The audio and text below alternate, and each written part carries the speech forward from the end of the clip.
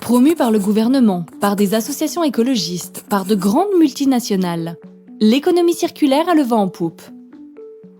Mais de quoi s'agit-il réellement ? L'économie circulaire cherche à limiter la consommation de ressources non renouvelables et la création de déchets. L'économie circulaire se fonde donc tout d'abord sur l'éco-conception. C'est-à-dire, dès qu'un industriel envisage de produire un objet, il doit s'assurer que celui-ci nécessitera peu de matières non renouvelables, y compris l'énergie, durant le processus de fabrication.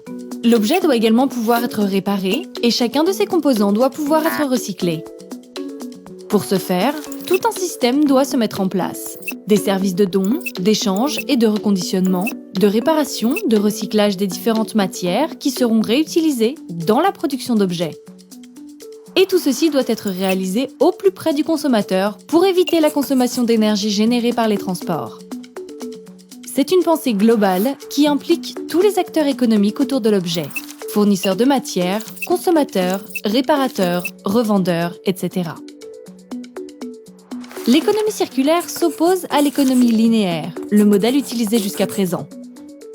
Selon ce modèle, pour produire un objet, il faut prélever la matière première nécessaire, pétrole, minerais, bois, plantes, la transformer dans une usine, assembler toutes les pièces créées et transporter l'objet vers son point de vente.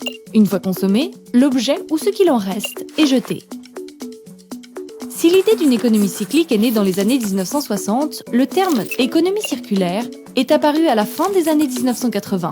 Mais aujourd'hui, le concept est encore balbutiant et toujours un peu flou dans la tête des consommateurs, ce qui ouvre parfois la voie à des abus.